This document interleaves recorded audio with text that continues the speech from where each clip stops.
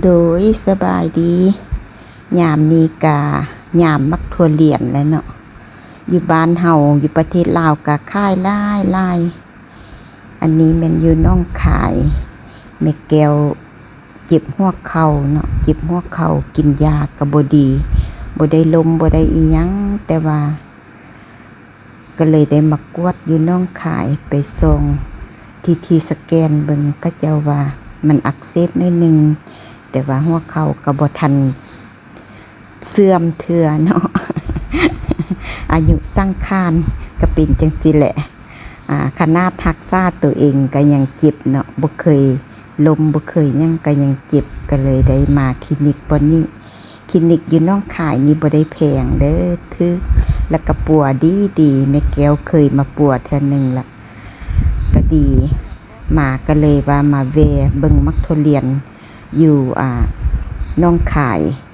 หานนี้เขาเจ้าค่ายมักทุเรียนเกรดดีเนาะทุเรียนม่อนทองเกรดดีเกรดเอเลยมาเบิ่งเขาเจ้าพาโอ้ยจะแม่นเขาเจ้าเก่งแม่แก้วเคยซื้อไปกินเองปอกเองปานกุมงัวกุมควาย บาดมาเบิ่งเขาเจ้าปอกโอ้ยจะแม่นเขาเจ้าเฮ็ดไหวแล้วก็ปอกง่ายตาสะอ่อนเบิ่งเด้อนี่นะน่าแซ่บบ่นี่นะข้อกินเบิ่งดูอย่าสุว่ากันเด้อมื้อนี้ก็ข้อยอมตุยก่อน บ่ได้กินทุกมื้อเนาะโดนได้ฮอดน้ามักทุเรียนก็จังได้กินเทื่อนึงซิมเบิ่งตายแซ่บแท้แซ่บว่ากรอบนอกนุ่มใน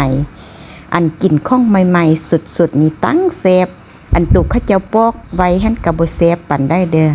แต่ว่ามากินตุกเขาเจ้าปอกใหม่ๆนี่นะแซ่บแท้แซ่บว่าเบิ่งแม่แก้วอยู่นี่ใส่เอาลืมฮอดยานตุยเลย กินคำได้ป้าตัวว่านลงจ่วยๆบ่พอได้นี่หน่วยนี้มันได้4บัวพุ่นนะโดยหลังจากนั้นล่ะเขาก็มาเบิ่งมากมังคุดเนาะกินมักทุเรียนนี่ก็ห้ามกินเหล้ากินเบียร์กินพวกที่มีแก๊สไซเดอร์เพราะว่ามันเป็นอันตรายเนาะเฮากินลิตรฮ้อนแล้วเฮาต้องกินลิตรเย็นนี้ใส่เนาะเพราะว่ามังคุดนี่มันสิแก้ความร้อนทุเรียนมันเป็นลิตรฮ้อนแล้วเฮาก็สิกินมังคุดใส่มันสิเป็นลิตรเย็นเนาะมังคุดก็หน่วยใหญ่เนื้อหลายโดยแซ่บบ่แข้งบ่หยังเขาเจ้าขายโลละ50 บาทเนาะทุ่งนึงมี3 โลก็เลยว่าซื้อทุ่งนึง150เบิ่งดูเบิ่งไหนมันนะข้าวจั่วแซ่บหวาน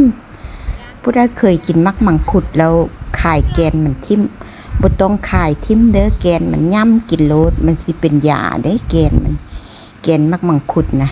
เทื่อหน้าลองกินเบิ่งเด้อแซ่บ